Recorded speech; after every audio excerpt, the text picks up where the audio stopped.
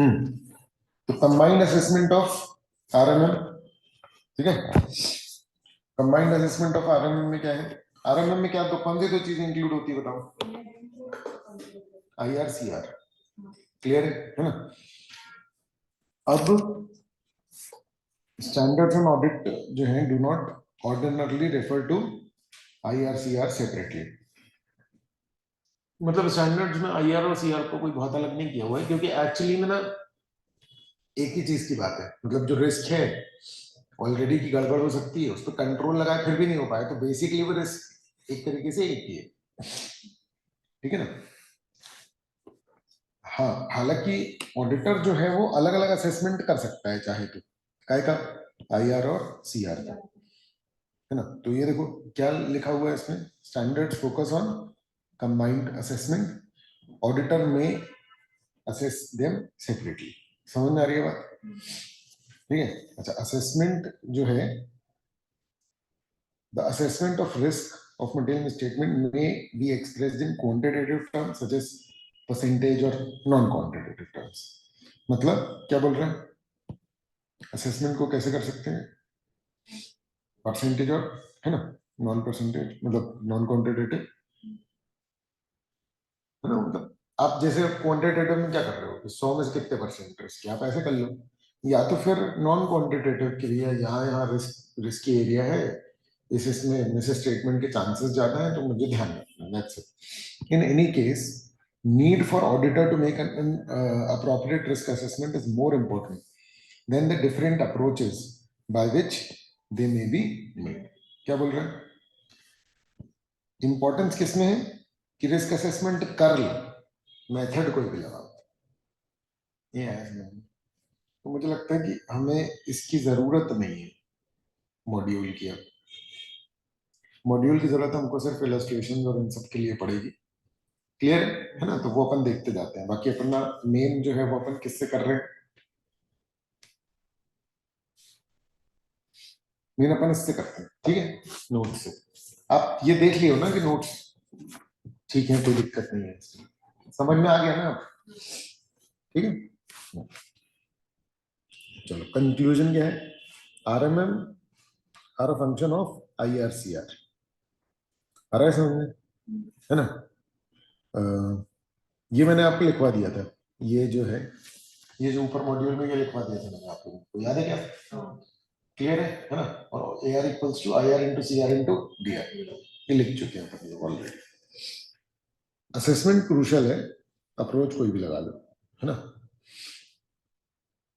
चलो ये पढ़ो, XYZ Limited is engaged in the business of and running several stores dealing in variety of items such as ready-made garment for all season, shoes, gift item, watches, etc। ठीक है, फिर क्या बोल रहे हैं, सिक्योरिटी टैग है, सब में क्या है, सिक्योरिटी टैग है, हेलो, क्लियर है ना। Moreover inventory records are physically verified on monthly basis. मतलब क्या हुआ इसका, फिजिकल काउंट होता है, ठीक है। तो discuss the type of inherent control and detection risk as perceived by the auditor. थोड़ा सा टफ पड़ेगा ये, बट फिर भी कोशिश करो।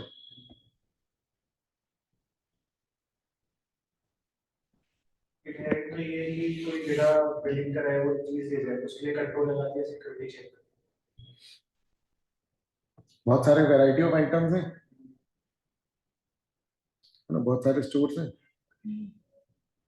सिक्योरिटी टैग तो है हर एक में, सिक्योरिटी टैग एक कंट्रोल है, इनहेरेंट ये कि कोई बिना बिलिंग करे ले जाए कोई चीज। नहीं, सिक्योरिटी टैग जो है वो काय का कंट्रोल है, कि अरे लेकिन ऐसे मत सोचो ना। अच्छा, इन लोग ने फाइनेंशियल के पॉइंट ऑफ व्यू नहीं बताया क्या, नहीं, हाँ तो फिर तो चोरी भी हो सकता है, कुछ भी हो सकता है, गुड इवनिंग। हाँ मतलब ये तो लिख ही सकते हो। और बिना चलो बिलिंग के बाहर नहीं जाएगा, सामान को बिना बिलिंग के बाहर नहीं जाएगा। ये क्या है? अगर ये कंट्रोल है, रिस्क नहीं है, रिस्क नहीं बताया मैंने, वो कंट्रोल बताया। सिक्योरिटी टाइप के कारण। हाँ हाँ ठीक है। अब इनहेरेंट रिस्क क्या है? यही कि चोरी ना हो जाए, मतलब बिना बिलिंग के कुछ बाहर ना चले जाए। ठीक है। अच्छा, इन्वेंटरी रिकॉर्ड्स जो है वो फिजिकली वेरीफाई होते हैं मंथली बेसिस पे, ये क्या है? ये कंट्रोल है, आ रहा है समझ? तो ये कंट्रोल कौन से रिस्क को बता रहा, वो कौन से रिस्क को कंट्रोल जो भी होता है इनहेरेंट रिस्क कोई एड्रेस करता है, बट कौन से इनहेरेंट रिस्क को? इन्वेंटरी की गलत वैल्यू ना देखी, कम या ज्यादा कुछ नहीं। हाँ बढ़िया, चेंज कर देना चाहिए, सही। नहीं तो इसमें भी अपन चोरी बोल सकते थे वैसे भी, लेकिन वो चेंज ज्यादा बेटर। क्लियर है ना? चलो इसका मतलब है ना, देखते हैं इनहेरेंट रिस्क। क्योंकि क्या हो सकता है? Misappropriated by the employees, therefore risk ये है कि इन्वेंटरी इनएक्यूरेट। तो ये एफएस लेवल पर जा रहा है, समझ में आ रही है बात? है ना? क्वेश्चन में ऐसा मेंशन नहीं था, लेकिन फिर भी ये एफएस लेवल पर जा रहा है। एफएस मतलब फाइनेंशियल स्टेटमेंट, मतलब फाइनेंशियल स्टेटमेंट फाइनेंस से ही रिलेटेड है ये। कंट्रोल रिस्क क्या है? सिक्योरिटी टैग है फिर भी। अच्छा, और दूसरा कंट्रोल क्या है? कि फिजिकल वेरिफिकेशन। ये दो कंट्रोल्स हैं। फिर भी क्या हो सकता है? एम्प्लॉय करके क्या करें? अब सिक्योरिटी टैग है तो क्या होगा? सिक्योरिटी गार्ड भी होगा ना, कि वो सिक्योरिटी टैग देख करके छोड़ रहा है। और सिक्योरिटी गार्ड किसी से मिला हुआ है तो वो सिक्योरिटी टैग देख करके भी छोड़ दे रहा है। तो कॉल्यूजन अपन, हाँ ये क्या हो गया? Control risk. समझ में आ रही है बात? कि इन्वेंटरी रिकॉर्ड जो है वो इनअप्रोप्रिएट दिखेगा। ठीक है ना? चलो अब क्या बोल रहे हैं?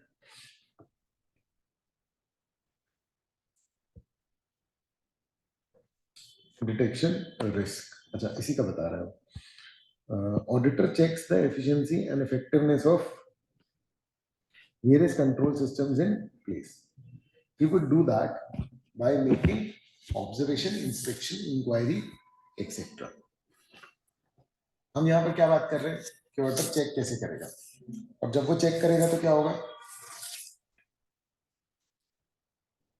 या तो मिलेगा, लेकिन हम यहाँ पर बात करेंगे कि उसके चेक करने के बाद भी क्या हो सकता है? कुछ मिसअप्रोप्रिएशन कर सकते कि वो कुछ चेक नहीं कर पा रहा। तो ऑडिटर जो है वो चेक करता है efficiency and effectiveness of various control systems. एक एक इन्वेंटर तो नहीं गिनता जाके कंट्रोल सिस्टम। और वो कैसे देखेगा कंट्रोल्स को? ऑब्जर्वेशन, इंस्पेक्शन, इंक्वायरी, ये उसके तरीके होते हैं। अभी अपन लोग ऑफिशियली भी पढ़ेंगे इंटरनल कंट्रोल को चेक करने के तरीके। In addition water sampling technique भी लगाएगा। आ रहा है समझ कि कुछ ट्रांजेक्शन को शुरू से एंड तक देखे। आ रहा है समझ? कुछ ट्रांजेक्शन को जो वो शुरू से एंड तक देखता है उसको बोलते हैं वॉक थ्रू। सुना है ये वर्ड? आ चुका है एग्जाम में, यहाँ नहीं लिखा है, मैं बता रहा हूँ। वॉक थ्रू मतलब कुछ ट्रांजेक्शन को एकदम शुरू से लेकर के एंड तक देखना, ताकि उससे रिलेटेड सारे कंट्रोल्स जो है वो हमको दिख जाए। आ रहा है समझ में? है ना? However, despite these procedures, auditor may not detect the items that has been stolen or misapplied. बोलो बोलो, क्लियर है क्या? बोलो बोलो बोलो बोलो, क्लियर है?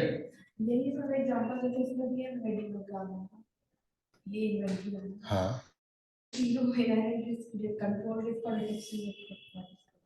इनहेरेंट रिस्क उन चीजों का जिसके लिए कोई कंट्रोल नहीं। इनहेरेंट रिस्क मतलब कि चीजें गड़बड़ हो जाए, assuming there are no controls. तो इनहेरेंट रिस्क क्या है? कि कुछ चोरी हो जाए, आ रहा है समझ? ये कौन सा रिस्क हो गया? इनहेरेंट। अब चोरी हो गया तो एक्चुअल में अलग है और रिकॉर्ड्स में अलग है, ये इनहेरेंट रिस्क हो गया। इनहेरेंट रिस्क तो मतलब किसी भी तरीके से हो सकता है। कंट्रोल रिस्क मतलब कोई कंट्रोल लगाया फिर भी काम ना बने, टैक्स लगाए, मंथली चेक लगाया, समझ में आ रहा है, ताकि चोरी ना, फिर भी चोरी हो सकती है अगर एम्प्लॉइज मिल जाए तो। ये हो गया तुम्हारा कंट्रोल रिस्क कि देखो कंट्रोल तुम्हारा चोरी नहीं रोक पा रहा। ये क्या है? ठीक है। डिटेक्शन रिस्क का मतलब ऑडिटर चेक नहीं कर पा रहा, तो ऑडिटर ने खूब सारे प्रोसीजर लगाए कि हाँ इन्वेंट्री गलत है तो मुझे पता लग जाएगी, फिर भी नहीं पता लग पा रहा, ये क्या हो गया? Detection risk. बोल, क्लियर है? क्लियर है? क्लियर है?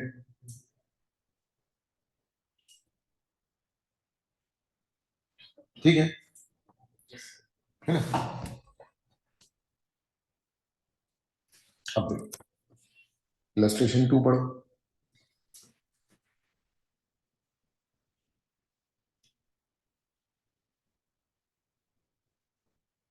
हम्म,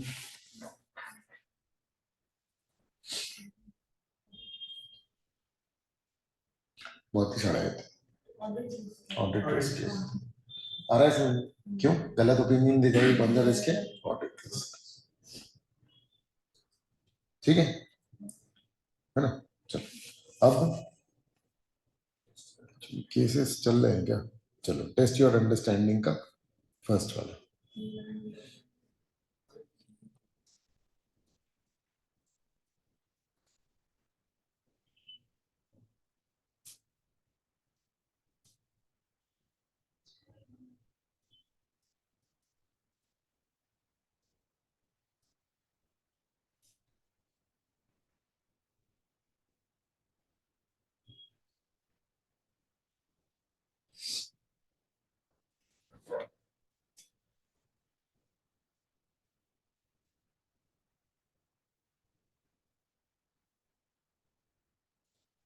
हम्म,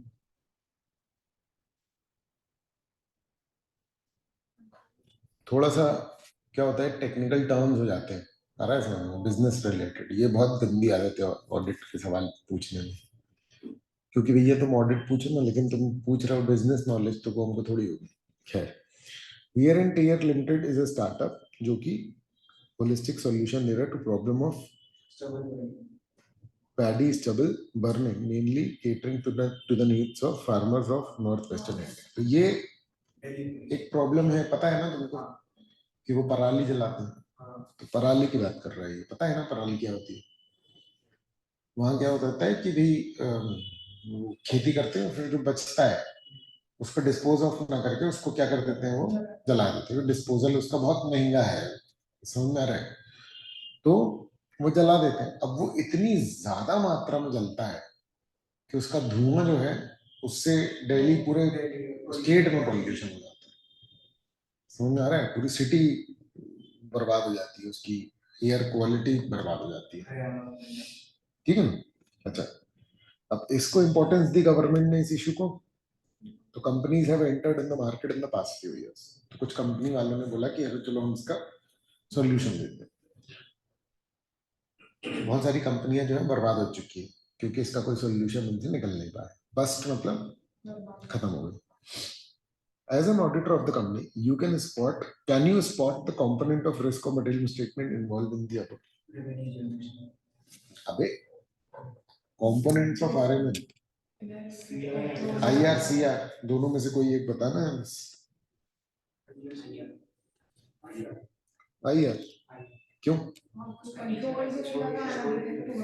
ना उन्होंने कंट्रोल बताया, डिटेक्शन तो पूछा भी नहीं है, क्योंकि RMN में तो दो ही होते हैं ना, IR और CR। क्लियर है ना? तो इनहेरेंट रिस्क है कि बिजनेस क्या हो सकता है, बंद। क्लियर है? इसमें है अच्छा तुम्हारे पास पूरे नोट्स नहीं है ना? ये पेज नंबर कौन सा है? 3.12 ना?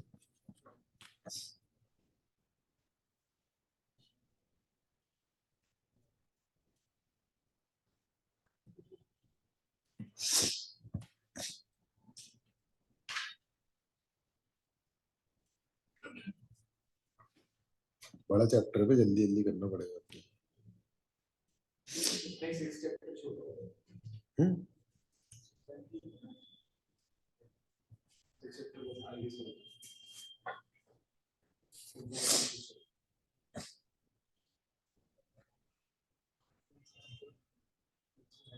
हाँ देखो क्या बोल रहा है, ऐसा लिखा हुआ है कि बहुत सारी कंपनी बर्बाद हो चुकी है इसमें, तो ये तो काम ही रिस्की है, तो there is a greater possibility of misstatement, the component of risk of material misstatement is known as inherent risk. ठीक है,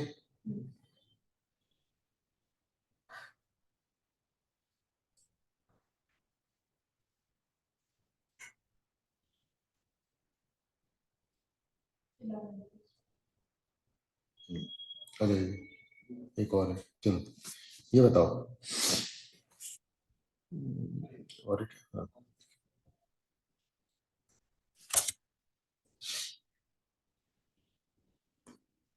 कंट्रोल रिस्क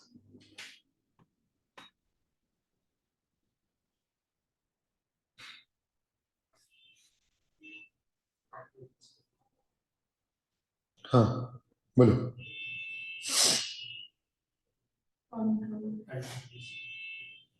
ठीक है ना, क्या ये कंट्रोल रिस्क बहुत ही बकवास है।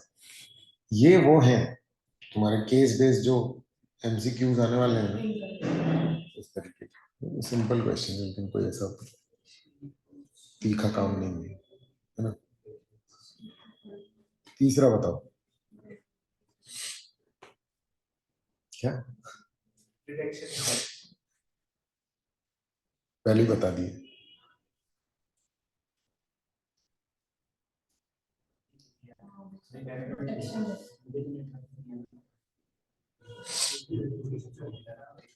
ऑडिटर के प्रोसीजर डिटेक्ट नहीं कर पाएंगे, ये कौन सा रिस्क हो गया बेटा, ठीक है ना। ठीक है,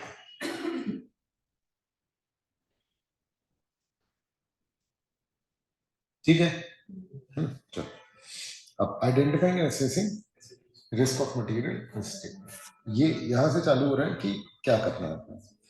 तो अपन लोग नोट्स को ही फॉलो करेंगे। सबसे पहले मकसद, ऑब्जेक्टिव, क्या ऑब्जेक्टिव है एज पर ऐसे 315, ऐसे 315 जो है वो बताता है, इसका नाम ही है identifying and assessing the risk of, ठीक है ना।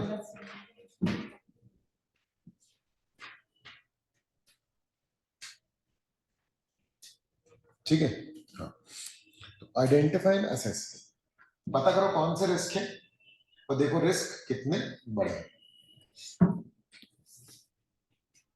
है ना, कौन से रिस्क और कितना इम्पैक्ट हो सकता है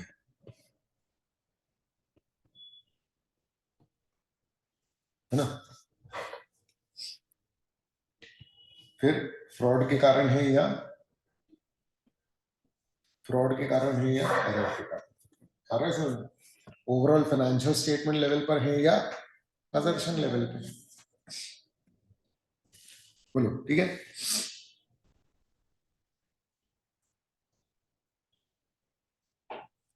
अच्छा, इसके बेसिस पे ही क्या करोगे, रिस्पॉन्सेस डिजाइन करोगे। रिस्पॉन्सेस मतलब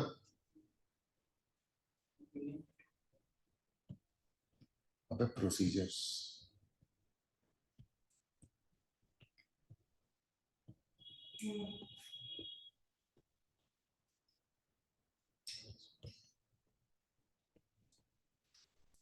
ऑडिटर के प्रोसीजर क्या है, कंट्रोल टेस्टिंग और सब्सटैंटिव, मेन प्रोसीजर क्या है, सब्सटैंटिव प्रोसीजर, आ रहा है समझ, ताकि वो ऑडिट रिस्क को एक्सेप्टेबली लो लेवल पर लेकर के जा सके। ठीक है, ऑडिट ऑब्जेक्टिव्स क्या है, ऑडिटर के ऑब्जेक्टिव क्या है, identification at different level, financial statement level, assertion level, ठीक है। Purpose, provide a foundation for designing and implementing further audit procedures. ठीक है, सेम बात लिखिए, बार बार रिपीट हुई है 315 में, है ना। ऑब्जेक्टिव है पता लगाओ और क्यों, ताकि फर्दर ऑडिट प्रोसीजर डिजाइन करता हूं। Process of identifying and assessing risk क्या है? Identification, assessment and evaluation. बहुत बढ़िया से नोट्स बने, सही बता रहा हूँ, मैं बहुत काम आ जाएंगे इसमें जो है ना। ये देखो, ये देखो, ये जो है ना, ये फर्स्ट पॉइंट, ये फर्स्ट पॉइंट की साइड हेडिंग भी है आपके पास, और 2 पॉइंट्स में इसको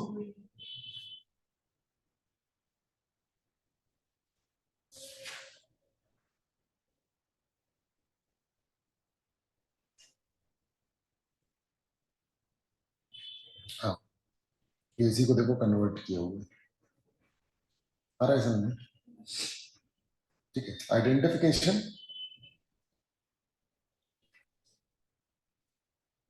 identify risk throughout the entity and its environment through including relevant control. Identification मतलब पता लगाओ रिस्क का, ठीक है, कौन से रिस्क है ना। अच्छा, वो देखो कि कौन कौन से लेजर या डिस्क्लोजर जो है उनमें रिस्क हो सकता है और कितना बड़ा, मतलब कि ये आइडेंटिफाई कर रहे हैं कि कहां कहां रिस्क हो सकता है। ये है कि कहां कहां रिस्क हो सकता है, आइडेंटिफाई कर लो। दूसरा क्या है? असेसमेंट एंड इवैल्यूएशन, है ना। असेसमेंट और इवैल्यूएशन मतलब कितने हैवी है रिस्क, कितने हैवी है रिस्क, मतलब दिक्कत कितनी बड़ी है, समझे कि नहीं। जो आइडेंटिफाई किया उनको, उनका लेवल चेक करो, उनकी इंटेंसिटी चेक करो, इनका इनका पॉसिबल इम्पैक्ट चेक करो। हेलो, ठीक है। Evaluate whether risk pervasively affect financial statement and various assertion.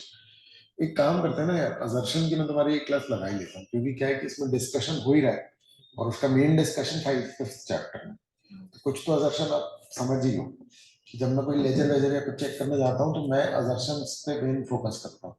क्या असर्शन होता है?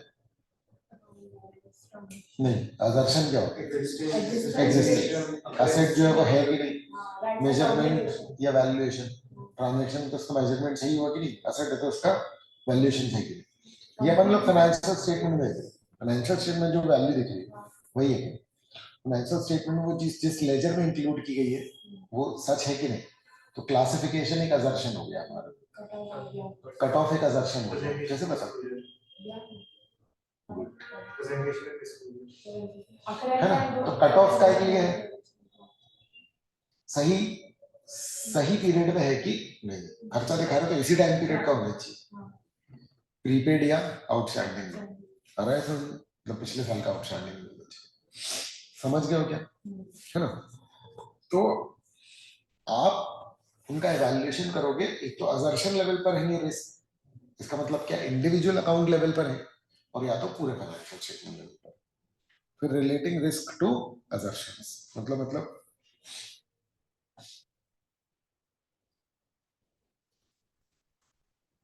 रिलेटिंग रिस्क टू, हाँ, तो आप क्या करोगे रिस्क से, देखो जब हम रिस्क आइडेंटिफाई करते हैं ना, तब कैसे करते हैं कि चोरी हो सकती है, आ रहा है समझ, ये रिस्क हो गया। पर जब आप उसको असेस करते हो, जो उसको असर्शन लेवल पर रिलेट करते हो, तो आप बोलते हो अच्छा चोरी हुई, तो जो एक्चुअल है और जो बुक्स में उसमें अंतर आ जाएगा, तो बुक्स में ज्यादा दिख रहा होगा और एक्चुअल में कम होगा, यानी कि कौन से असर्शन पे प्रॉब्लम आई, एग्जिस्टेंस। तो आप एक एक रिस्क को क्या कर रहे हो, असर्शन लेवल पर रिलेट कर रहे हो। बोलो क्या ये क्लियर है, आ रहा है समझ में, है ना। Relating risk to assertion. Identified risk को असर्शन लेवल पर रिलेट करो और consider relevant controls that the auditor. समझ में आ रहा है? कंसिडर रेलेवेंट कंट्रोल्स मतलब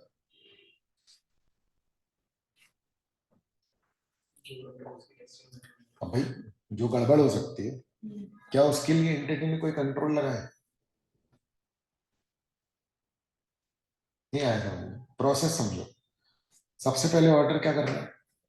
एंटिटी को अंडरस्टैंड कर रहा है, रिस्क असेस कर रहा है, रिस्क आइडेंटिफाई कर रहा है, फिर उन रिस्क को असेस कर रहा है, फिर देख रहा है कि वो असर्शन लेवल पे किस लेजर को अफेक्ट कर देंगे, फिर वो देख रहा है क्या इन पर कोई कंट्रोल बना है। समझ गए पूरा प्रोसेस? क्लियर है ना? अच्छा, एक है लाइक्लीहुड और एक है मैग्नीट्यूड। एक और लिख लो, लाइक्लीहुड एंड, वैसे मैग्नीट्यूड बाद में देखते हैं, लेकिन लिख दोगे तो मुझे नहीं लगता कि इतना नॉलेज उसको भी होगा, है ना? मिस स्टेटमेंट हो सकता है, इस बात के कितने चांसेस हैं? चोरी हो सकती है, इसके क्या चांस है? नहीं नहीं, ये तो डिपेंड करेगा ना एंटिटी वाइज। तुम जहां जा रहे हो उसमें तुम ये देखोगे कि भैया जो भी तुम रिस्क देख रहे हो वो रिस्क होने के चांसेस कितने आए समझ। दूसरा सवाल, ये रिस्क बड़ा कितना है फाइनेंशियल स्टेटमेंट के पॉइंट ऑफ व्यू से?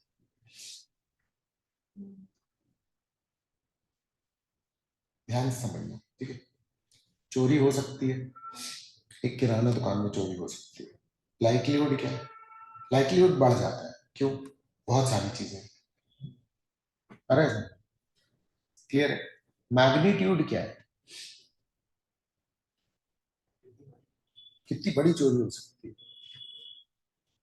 तो अगर मान लो एम्प्लॉय थोड़ी बहुत चोरी कर भी ले तो उससे पूरे फाइनेंशियल स्टेटमेंट तो नहीं गड़बड़ हो गए ना? आया समझ में? तो पॉइंट क्या है? लाइक्लीहुड ज्यादा है, मैग्नीट्यूड कम। अब ज्वेलरी शॉप क्या होगा? लाइक्लीहुड कम, मैग्नीट्यूड। आप पॉइंट समझ गए कि नहीं समझ गए? लाइक्लीहुड कम क्यों? क्योंकि उसने बहुत सारे कंट्रोल्स लगा रखे हैं। आप ये एग्जांपल्स यूज कर सकते हो। देखो तुम्हें चीजें समझ आ गई ना, एग्जांपल तुम क्रिएट कर लोगे। समझ में आ रही है बात? मैं क्यों एग्जांपल क्रिएट कर पा रहा हूं? क्योंकि मुझे अंडरस्टैंडिंग है। समझ में आ रहा है? एक बार अंडरस्टैंडिंग आ गई ना, तुम किसी चीज से रिलेट कर लो। आ रहा है समझ? मतलब अपन कपड़े पहन रहे हैं, कपड़े की दुकान से रिलेट कर लो, कुछ खाना खा रहे हैं, फुल्की से रिलेट कर लो, किसी भी चीज से तुम उसको रिलेट कर सकते हो अगर तुम्हारे पास उसकी एक बार अंडरस्टैंडिंग आ गई तो। ऑडिटर देखेगा लाइक्लीहुड, समझ में आ रहा है ना? लाइक्लीहुड मतलब वही पॉसिबिलिटी हो गई। Evaluate if potential misstatement could result in a material misstatement, मतलब कि ये क्या है? मैग्नीट्यूड।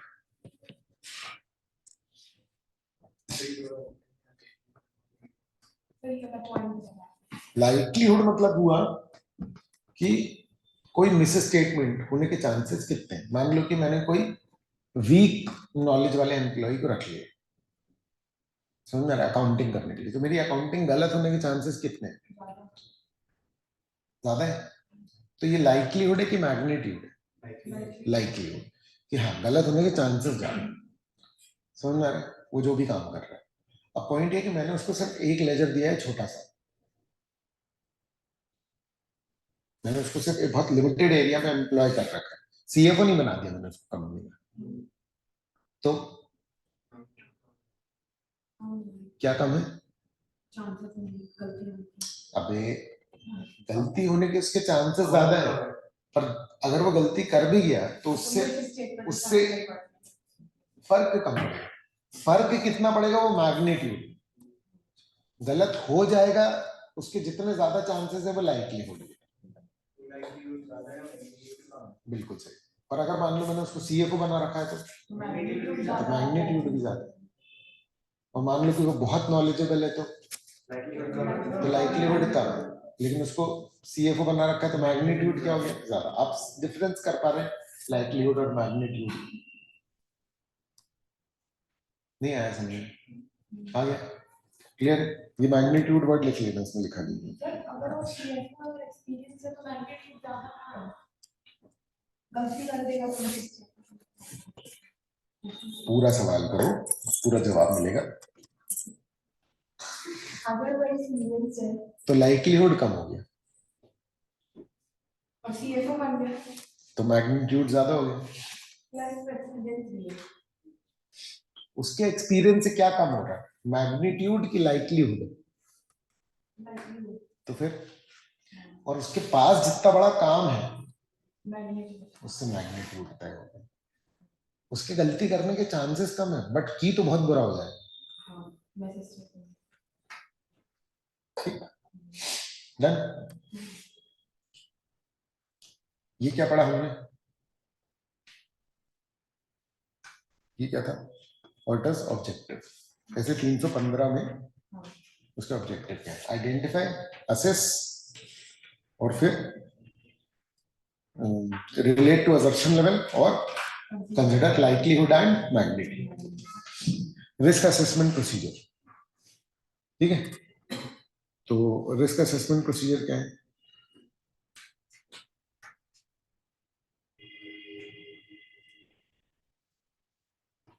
वो प्रोसीजर जो कि रिस्क चेक करने के लिए वो लगाएगा। ये तो सिंगल सिंगल स्टेटमेंट के पॉइंट ऑफ व्यू भी तुम कर सकते हो, ठीक है ना?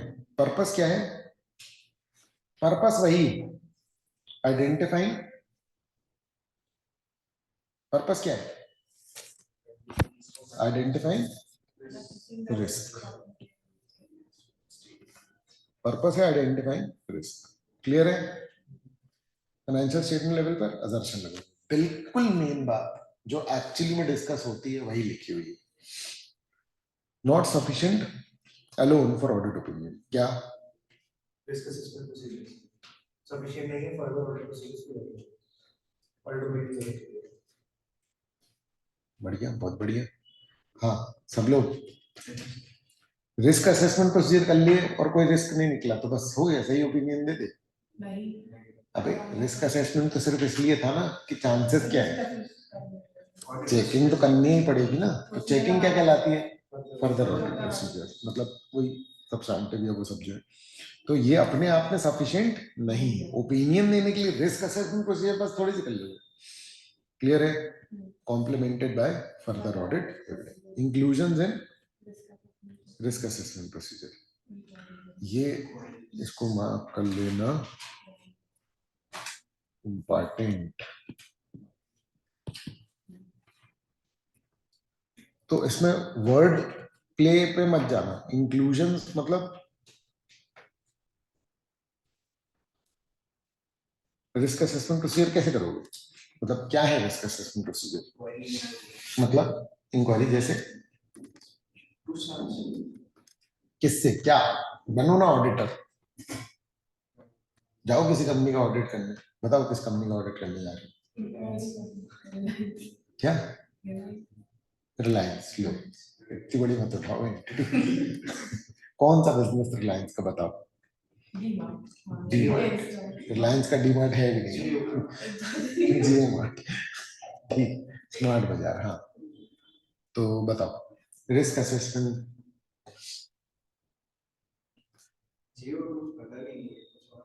अरे रिस्क असेसमेंट के लिए तुम्हें किसी का पता होने की जरूरत थोड़ी है। रिस्क असेसमेंट तुम किसी भी कंपनी के लिए करोगे जिसका कुछ ना पता हो। स्मार्ट बाजार का करते हैं उसमें। देखो समझो, जब ऑडिटर जाता है ना किसी कंपनी का ऑडिट करना, तो ऐसा जरूरी नहीं है कि उस कंपनी के बारे में उसको पता हो, हर चीज जानना है। तो प्रोसीजर क्या लगाओगे? तुम्हें ये पता होना चाहिए कि रिस्क असेसमेंट का क्या मतलब। समझ रहे? रिस्क असेसमेंट का मतलब है कि भैया मैं जब ऑडिट करूंगा तो मेरा ओपिनियन गलत हो जाए इस बात के क्या चांसेस है। उसके लिए मैं पहले ही देखता हूँ कि यहाँ पर क्या चांसेस है कि कितने फाइनेंशियल स्टेटमेंट में तबाही मच रखी होगी। अरे सर, तो मुझे रिस्क असेसमेंट करना, तो मैं क्या पता लगा लूं? रिस्क क्या है, जैसे कि इनहेरेंट रिस्क हो गया, उसमें गार्ड है कि नहीं, कोई स्मार्ट बाजार का नहीं, वो तो बहुत उस लेवल पर चले गए, तो असर्शन लेवल पर चले गए। फाइनेंशियल स्टेटमेंट लेवल पे बता। पे बात तो नहीं आ रही, तो ये सब अगर रिस्क असेसमेंट प्रोसीजर, तुम प्रोसीजर क्या लगा रहे हो? तुम बोल रहे हो कि हम किसी न किसी से कौन से इनहेरेंट रिस्क हैं जो बड़े हैं। मैं बोल रहा हूँ कि रिस्क असेसमेंट के लिए क्या प्रोसीजर लगाया है तुमने? हम किसी से वो करने की कोई लिटिगेशन है क्या? बिल्कुल सही। अब आए ना लाइन पे, क्या बोल रहे हो तुम लिटिगेशन चेक कर लोगे। इसके लिए क्या करना पड़ेगा तुम्हें? इंक्वायरी, ये डॉक्यूमेंटेशन चेक करो, जनरल पूछ लो। बड़ी कंपनी है तो न्यूज़पेपर कर लो। हम लोग खुद ही लगे रहते हैं कि रिलायंस के खिलाफ, अगर तुम रिलायंस का ऑडिट कर रहे हो तो पेपर वाले बता देंगे तुमको कोई रिस्क होगा। ऑब्जर्वेशन, क्रेडिटर से इंक्वायरी, क्रेडिटर से इंक्वायरी, ये तो फिर भी डिटेल में आ गए ना, अभी तो ब्रॉड लेवल पर कर रहे हो, लेकिन ठीक है चलो। मैनेजमेंट ही तो नहीं हो रहे। सबसे पहले तो यही देखो ना। अब देखो ये यूनिक चीज है, लेकिन ये आंसर बिल्कुल परफेक्ट है। मतलब अब हो सकता है कि लिखने के लिए उतना ना हो, लेकिन ये सही है, कोई दिक्कत नहीं। अरे सर अब इतना नहीं करता है ऑडिटर प्रैक्टिकली, पर इसमें जो लिखा है उसके हिसाब से ये प्रोसीजर गलत नहीं है। समझ में आ रही है बात? ठीक है ना। बाकी मैं ओवरऑल लेवल पर रिस्क और देखूं तो ये सारे है ना। तो inquiries of management and other. सबसे पहले तो इन्हीं लोगों को जानो, कौन हो भाई तुम, जेल से छूटे हो, क्या है, आ रहा है समझ में? तो इनहेरेंट रिस्क थोड़ा सा देखें आप, पुराने पापी तो नहीं, क्लियर है, तो हमारा रिस्क बढ़ जाएगा ना। अच्छा, different perspectives from internal audit employees involve in the transactions, है ना। Legal council, marketing personal, risk management and information system personal. सबसे बात, इंटरनल ऑडिटर से बात करो, एम्प्लॉइज से बात करो, है ना। लीगल काउंसिल मतलब अगर कंपनी ने कोई लॉयर रख रखा है उससे बात करो। एक तो तुमने लिटिगेशन वाली बात बोली थी, समझ में आ रही है। मार्केटिंग वालों से बात करो। तुमको ना, तुम सिर्फ बात कर रहे हो, वो सिर्फ वो कंपनी के बारे में बता रहे हैं, उनको तो ये समझ में नहीं आएगा ना कि ऑडिटर कर क्या रहा है। मैं कर रहा हूँ रिस्क असेसमेंट कि इस एंटिटी में फाइनेंशियल स्टेटमेंट लेवल में मिस स्टेटमेंट के क्या चांसेस है। मार्केटिंग वाले को क्या ही समझ में आएगा, आ रहा है समझ। और सीए को क्या ही बता देगा पूरी कंपनी को किस बात का ध्यान रखो। ये क्लियर है क्या? है ना। तो इसलिए ये अच्छा प्रोसीजर होता है, मतलब जो भी चीजें लगानी है ना ऑडिटर को, क्लियर है ना। तो ये सब यहाँ पर लिखा है, ठीक है ना। मैनेजमेंट से पूछो और, है ना, ये सारा कुछ। अच्छा, दूसरा एनालिटिकल प्रोसीजर। एनालिटिकल प्रोसीजर्स, इसको अपन कहते हैं दिमाग लगाना, रेशोज वगैरह चेक करना। रेशोज वगैरह चेक कर सकते हो, है ना, वो लगा सकते हो तुम, क्या कहते हैं, परसेंटेजेस, और दिमाग लगाना है कोई मिला करके, ठीक है ना। ये ऐसा है कि लॉजिकल चलना, अलग अलग चीजों में रिलेशन देखना। जैसे यार इस बार सेल्स बढ़ी है, परचेजेस भी बढ़ी होगी, एम्प्लॉइज भी बढ़े होंगे, टैक्स भी बढ़ा होगा। ये तुम क्या लगा रहे हो? दिमाग। समझ रहे? जैसे मान लो कि रेंट आ रहा है, रेंट का खर्चा दिख रहा है, तो रेंट का खर्चा क्या है? हर मंथ लगता है। तो मैं एग्रीमेंट देख लूं, एक साल, एक महीने का क्या रेंट है, इंटू 12 कर दूं, उतना ही होना चाहिए। अगर उतना है तो मुझे बाकी और चीजें चेक करने की जरूरत नहीं। मैं एक एक रिसीट चेक करूं, जो ओनर है, लैंडलॉर्ड है, उससे पूछूं, ये सब बेकार की बात है। समझ में आ रही है बात? क्लियर है? मुझे दिख रही होगी ना वो बिल्डिंग जिसपे रेंट दिया गया है, अरे समझ, एक जनरल अंदाजा लग ही जाएगा मुझे। तो ऐसी चीजों में मिस स्टेटमेंट के चांसेस भी क्या रहते हैं कम। लेकिन मैं एनालिटिकल प्रोसीजर लगा करके, ये एक एनालिटिकल प्रोसीजर कि इंटू 12 कर दिया, मैं रेशोज निकाल लूंगा। एक तो मार्जिन, हम लोगों ने डिस्कस किया था पहले भी, भाई तुम 15% मार्जिन पे काम कर रहे थे, सडनली तुम्हारा मार्जिन ही 25 हो गया, ऐसे कैसे भाई? ये तो रिस्क बढ़ रहा है, ये तो मेरे को प्रोसीजर ज्यादा लगाने पड़ेंगे। पॉइंट समझ गया? क्लियर है ना। तो एनालिटिकल प्रोसीजर लगा करके I will identify the possible risk, है ना। तो एंटिटी के एस्पेक्ट समझो, रिस्क समझो, ताकि तुम अपने फर्दर ऑडिट प्रोसीजर डिजाइन कर पाओ। ये रिस्पॉन्सेज है ना, ये कहाँ है 330 में, ऐसे 330 में, ऐसे 315 जो है वो क्या बोलता है, रिस्क का पता लगाओ, ऐसे 330 क्या बोलता है, असेसमेंट्स, है ना। नहीं include financial and non financial. इसमें ऐसा नहीं है कि फाइनेंशियल इंफॉर्मेशन ही देगी, नॉन फाइनेंशियल इंफॉर्मेशन भी उसको पता लग जाए, sales versus selling space.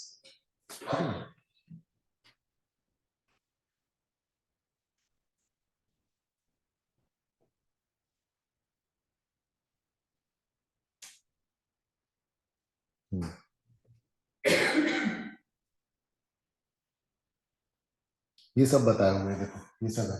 Marketing वाले से बात कर ली, है ना, रिस्क मैनेजमेंट फंक्शन से, आईटी वाले से बात कर ली कि भाई कोई सिस्टम सिस्टम फेल होता रहता है, या क्या होता है बताओ पिछले साल और क्या है। अरे समझ में, ठीक है, तुम तो बहुत ही अच्छा काम करते होगे, तुम्हारी तो कोई तुम्हारे काम की तो कोई कदर ही नहीं करता होगा। अरे समझ में, हाँ ये मैं तुमको ना बिहेवियरल वाले दे रहा हूँ। किसी भी कंपनी में जाओ ना, एम्प्लॉय को अगर तुम ये बोल दोगे कि तुम काम बहुत करते हो लेकिन तुम्हारे काम की कदर नहीं होगी, तो हाँ ही बोल दे। अरे समझ, हाँ यार ऐसे क्लियर है क्या? और अगर ऐसा काम हो तो तुम वही छोड़ो। नहीं नहीं नहीं, कुछ कुछ कंपनी अच्छी होती है, एम्प्लॉयर्स, बेस्ट एम्प्लॉयर्स के अवार्ड मिलते हैं कुछ कुछ कंपनी को, ऐसे टाइप का भी एक अवार्ड होता है, ठीक है। तो वो इसलिए रिवॉर्डिंग स्ट्रक्चर रखती है हर कंपनी। लोन लोन वाली कंपनी तो हर महीने 2 महीने में ना अवार्ड फंक्शन रख लेती है, समझ रहे, बेस्ट एम्प्लॉय है, हर तरीके से ना किसी को एक ना एक अवार्ड दे दो, खुश हो जाए। अरे समझ, ठीक है ना। और मेन सिर्फ एक ही चीज रहती है कि किसने टारगेट अचीव कर लिया। अरे समझ, उसको वो कर दो ताकि बाकी लोगों को भी यही मोटिवेशन मिल जाए। खैर एनालिटिकल प्रोसीजर में हम अभी सब क्या कर रहे हैं, अभी पर रिस्क असेसमेंट प्रोसीजर है ना। तो both financial and non financial, ये तो ध्यान रखना ही है, क्योंकि रिस्क असेसमेंट के लिए जरूरी नहीं कि फाइनेंशियल इंफॉर्मेशन काम के। मैंने बोला ना मैनेजमेंट जेल छूट क्या है, तो ये नॉन फाइनेंशियल इंफॉर्मेशन है, बट आरएमएम को बढ़ा रही है ना, इनमें से स्टेट हो सकते हैं, ठीक है। Relationship between sales and square foot of selling space, बहुत ही रैंडम है, समझना है कि कितना आपके पास सेलिंग स्पेस है और कितनी सेल कर रहे हो पर स्क्वायर फुट, उसको चेक कर लिया। आप कुछ भी रैंडम चेक कर सकते हो, पर्पस होना चाहिए आपके पास, और वॉल्यूम ऑफ गुड्स सोल्ड। मतलब मैं प्रैक्टिकलिटी निकाल लूंगा कि अरे भैया तुम जो बोल रहे हो वो चीज प्रैक्टिकली पॉसिबल नहीं।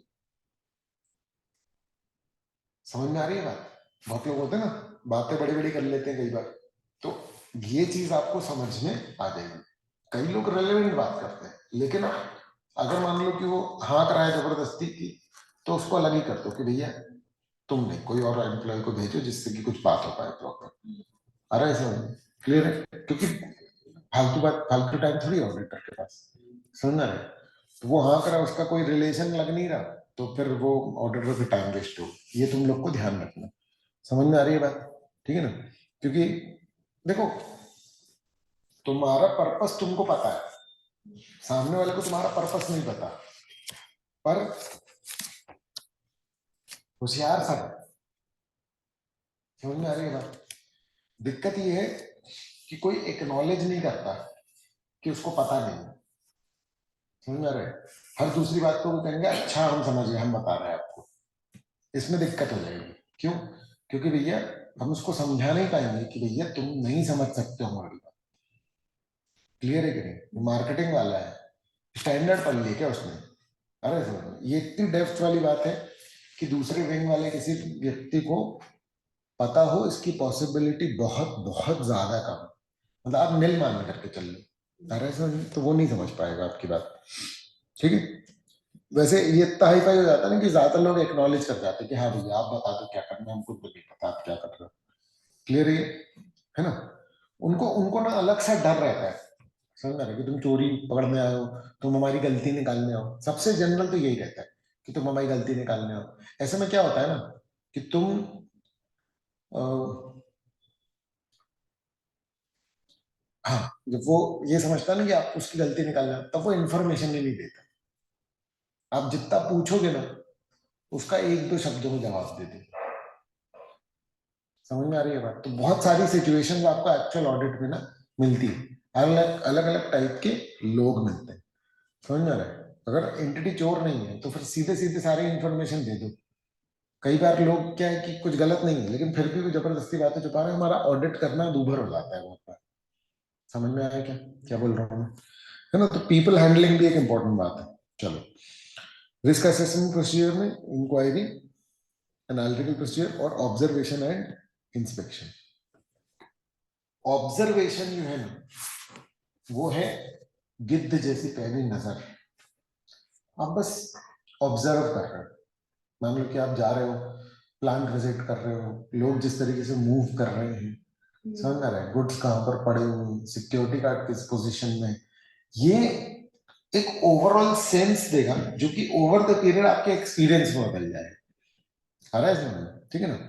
आप जब डॉक्यूमेंट्स का सिस्टम देखोगे उससे आपको एक ऑब्जर्वेशन मिलेगी। मेरे को जो वही सत्यम कंप्यूटर का ऑडिट करके आया था ना, समझ में आ रहा है, उसने बोला था कि भाई ऐसा हो गया है कि जिसका काम परफेक्ट है वो चोर है। आ रहा है समझ में? मतलब अगर तुमको एक भी गलती नहीं मिल रही ना तो वो पक्का चोर है। मतलब सोचो कि किस लेवल पर सत्यम वालों ने छुपाया होगा कि वो बंदा इस बात पे बिलीव करने लग गया, काम अगर बहुत ही अच्छा है तो इसका मतलब कि चोरी हो रही है। आ रहा है समझ में? क्लियर है? चलो, support inquiries and provide information about the entity and its environment. environment ना लोगों से, जगहों से सबसे बनता है। Examples include observing processes and inspecting documents.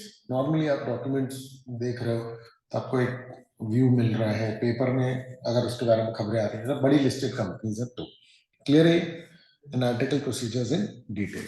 ठीक है ना? तो क्या बोल रहे हो देखो, है ना? पर्पस, पर्पस है अनयूजुअल ट्रांजैक्शन निकालना। मैं पिछले साल और करंट ईयर का कंपैरिजन करता हूँ, समझ रहे? ये देखो, रेशियोज, ट्रेंड, क्या होता है ना, हर एक चीज में एक पैटर्न होता है। एनालिटिकल प्रोसीजर्स के लिए हम लोग क्या करते थे, मैं प्रैक्टिकल बताता हूँ। हम लोग पूरा ट्रायल बैलेंस लेते थे, जितने भी लेजर के बैलेंस थे उन सब को किसके सामने रख देते थे? पिछले साल के लेजर बैलेंसेस के सामने, और हम उसमें फॉर्मूला लगा करके ये देख लेते थे कि डिफरेंस कितना है। तो अब उससे एक जनरल पता लग गया कि हाँ इसमें सब में 25% 40% ऐसे ऐसे आ, समझ रहा है? उसमें किसी में दिख रहा है कि भैया ये 500% बढ़ गया या कम हो गया, तो बोले कि भैया ये क्या हो रहा है, ये दिखाओ जरा। समझ में आ रही है बात? या किसी में बैलेंस था इस साल नहीं, तो वो सब जो है जनरल अपन लोग पूछ लेते हैं। अगर मान लो उसने कोई जवाब दिया हो इन जनरल एकदम सेटिस्फैक्टरी टाइप का है, अरे समझ में, तो थोड़ा बहुत देख लेंगे, फिर फोकस अपना बढ़िया से चेंज करेंगे। अरे समझ में? लेकिन डॉक्यूमेंट देखे बिना भरोसा मत करना, और छोटी मोटी चीजों के पीछे मत भागना। मैंने बहुत बार ये गलतियां की अपना एक्चुअल ऑडिट में, समझ में आ रहा है? इमटेरियल चीजों के पीछे भागो। अरे एंटिटी कितनी बड़ी है इस बात का अंदाजा लगा, हो सकता है कि 1 लाख रुपए भी मटेरियल ना हो। हमने ऑडिट किया था एक, उसमें 36 लाख रुपए थी मटीरियलिटी। मतलब ये कि हम ओवरऑल ऑडिट करने के बाद 36,000 की भी अगर मान लो कि क्या होती मिस स्टेट, तो ऑडिटर को कोई बात नहीं। सोचो एंटिटी कितनी बड़ी होगी, इसलिए आपको ध्यान रखना पड़ेगा। क्लियर है? ठीक है,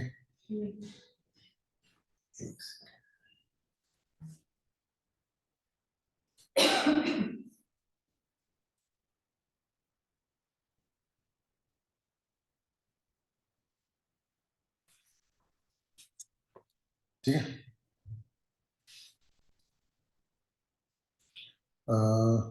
तो एनालिटिकल प्रोसीजर से हमको रिस्क ऑफ मटेरियल स्टेटमेंट मिल जाता है। अच्छा, फ्रॉड के कारण, अगर फ्रॉड रीजन होता है ना, जब भी फ्रॉड करती है entity,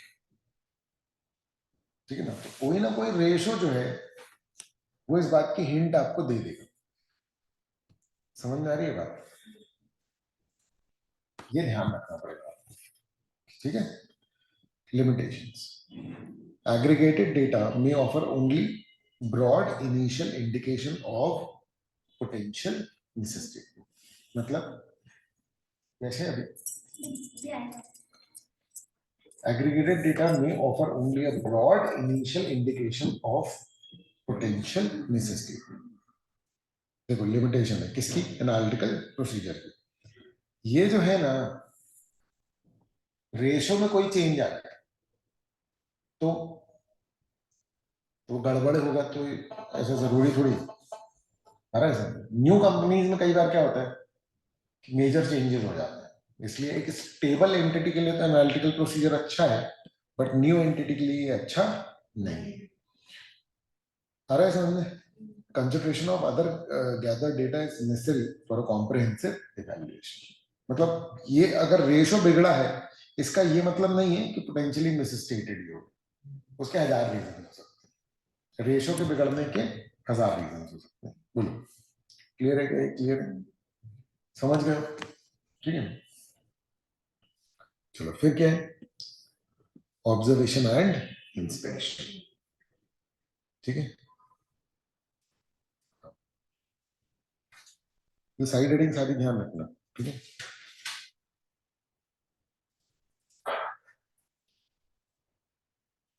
ठीक है, देखो ये डिटेलिंग है, इसकी डिटेलिंग और फिर अब इसकी डिटेलिंग पढ़ रहे अपन लोग. है ना? तो ऑब्जर्वेशन एंड इंस्पेक्शन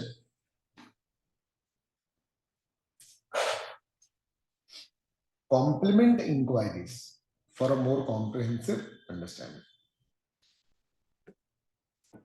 मैंने इंक्वायर किया तो लोगों ने बताया, मैंने इंक्वायर किया तो लोगों ने बताया. जब लोगों ने बताया तब मैंने ऑब्जर्व करके उससे मैच किया. ये वाली लाइन तो लिख लो, मेरे हिसाब से तुम्हारा फिर काम आएगी, बहुत जगह पे मैच करेगा. इंक्वायरी को कोरॉबरेट कर रहे हैं हम किससे? ऑब्जर्वेशन से. तो कोरॉबरेट वर्ड भी ऑडिट में बहुत इंपॉर्टेंट है. मैं वही टर्म्स यूज कर रहा हूं जो तुम्हारे लिए जरूरी है. कोरॉबरेट मतलब एडिशनल एविडेंस. एविडेंस, हाँ. कोरॉबरेट मतलब मेरे को इंक्वायरी से जो पता लगा, भाई एक सबूत से थोड़ी मान जाऊंगा मैं. मुझे एक ही चीज के 2-4 सबूत तो मिल जाए तब तो मानू मैं कि सब सही है. क्लियर है?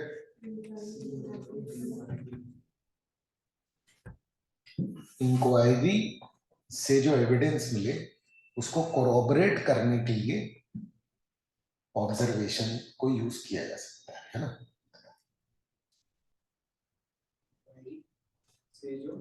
एविडेंस मिले उसको कोरॉबरेट करने के लिए एविडेंस ऑब्जर्वेशन का यूज कर सकते हैं. लिखा हुआ है, यही लिखा हुआ है, ध्यान से देखो. Observation and inspection complement inquiries, जिससे आपको बेहतर अंडरस्टैंडिंग मिलती है. कॉम्प्रिहेंसिव अंडरस्टैंडिंग में क्या मतलब? ओवरऑल अंडरस्टैंडिंग मिलती है आपको. क्लियर है? Example, observing processes and inspecting relevant documents. ठीक है, फिर क्या बोल रहे हैं? Using information from risk assessment procedure as audit evidence. अब मुझे ये बताओ कि रिस्क असेसमेंट प्रोसीजर में आपको जो इंफॉर्मेशन मिली है, क्या उसको ऑडिट एविडेंस की तरह यूज कर सकते हो? ऑडिट एविडेंस क्या होता है? वो इंफॉर्मेशन जिस पे ऑडिटर रिलाई करता है, जिस पे बेस बनाता है वो अपने ओपिनियन का. तो रिस्क असेसमेंट प्रोसीजर में डायरेक्टली उसको बेसिस मिल सकते हैं, चांसेस कम है, क्योंकि रिस्क असेसमेंट में उसको जो मिल रहा है वो बेसिकली ऑडिट एविडेंस नहीं है. वो बेसिकली क्या है कि मुझे कितनी चेकिंग करनी है. ये तो अभी फर्स्ट स्टेप भी नहीं हुआ ना, ऑडिट स्टार्ट नहीं हुआ है, मतलब ऐसे हो चुका है पर आपका चेकिंग स्टार्ट नहीं है. अभी तो आपने ये तय नहीं किया कि कितनी चेकिंग करनी है. अभी तो मैं वो प्रोसीजर लगा रहा था जिसके बाद, जिसके रिजल्ट के बेस पे मैं ये तय करूंगा कि मुझे कितनी चेकिंग करनी है. समझ गए कि नहीं? आ रहा है समझ? ठीक है ना? तो है ना, इंफॉर्मेशन ऑब्टेन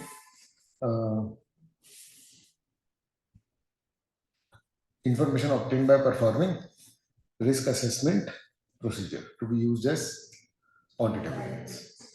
पर्पस, ठीक है ना, purpose support assessment of RMM, ठीक है ना। तो देखो ऑडिट एविडेंस एक तरीके से क्या चीज है, जो कि ऑडिटर अपने पास डॉक्यूमेंट, मतलब एक तो ऑडिटर की सेटिस्फेक्शन के लिए, दूसरा ऑडिटर उसको डॉक्यूमेंट कर लेता है ताकि वो कल को क्या बता पाए लोगों को कि देख भाई मैंने ऑडिट अच्छे से किया था, नहीं ऐसे नहीं। तो रिस्क असेसमेंट के समय जो एविडेंस मिल रहे हैं उससे कल को क्या करेगा वो एविडेंस सपोर्ट करेंगे कि हाँ रिस्क इतना ही है, कल को वो बता पाएगा ना। कोई उसको बोलेगा कि भैया इसमें तो ज्यादा रिस्क था तो तुमको तो फर्दर ऑडिट प्रोसीजर ज्यादा डिटेल में करने चाहिए थे। वो कह रहा भैया देखो ये देखो मेरे को जो सबूत मिले उसके हिसाब से मैंने ये तय किया कि भैया रिस्क इतना ही है, देख लो इससे क्या और मीनिंग निकलेगा। समझ में आ रही है बात। कल को पीयर रिव्यू हुआ तो सी इंस्टीट्यूट आ गया, नाफरा आ गया मेरे पास चेक करने के लिए, नाफरा पता है कि नहीं पता है ना, ठीक है। तो obtain audit evidence about class of transaction, account balance, disclosure and related assumption। याद रखना अभी मैं ऑडिट के एविडेंसेस नहीं ले रहा हूं, समझ में आ रही है बात, ठीक है ना। ये पर्पस है, assess operating effectiveness of control, ठीक है ना। इंटरनल कंट्रोल की डिटेलिंग करेंगे तब अपने को ये पॉइंट और डिटेल में आएगा, ठीक है। अब types of audit evidence obtain, ठीक है, क्या बोल रहा है, सपोर्टिंग रिस्क असेसमेंट, है ना। Information obtain from risk assessment procedure is used as audit evidence. कौन कौन से मिलते हैं अपने को ऑडिट एविडेंस, तो टाइप ऑफ ऑडिट एविडेंस, ठीक है ना। पहला क्या है, supporting risk assessment, information about risk assessment procedure is used as audit evidence. कुछ नई बात तो बता नहीं रहा, helps in forming judgement about risk of particular mistake, वो ही बोल दे रहा है यार। देखो ऑडिट के एविडेंस अपने को क्या करते हैं, किस बात में सपोर्ट करते हैं, हमारे आरएमएम के असेसमेंट में कि भैया देखो मैंने ये आरएमएम निकाला, ये किस बेस पे निकाला, इस एविडेंस के बेस पे, ठीक है। अच्छा, evidence on transaction balances and disclosure, तो ट्रांजैक्शन बैलेंसेस उसके लिए निकाले, ठीक है। Even if not initially planned और सब्सटैंडर्ड प्रोसीजर और टेस्ट ऑफ कंट्रोल। एक काम करते हैं, इसको पहले इसमें देख लेते हैं, इसका पर्पस।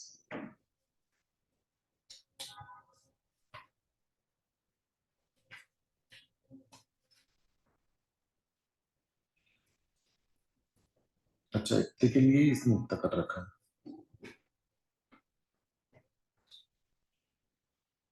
ओके फिर तो अच्छा है, कोई दिक्कत नहीं।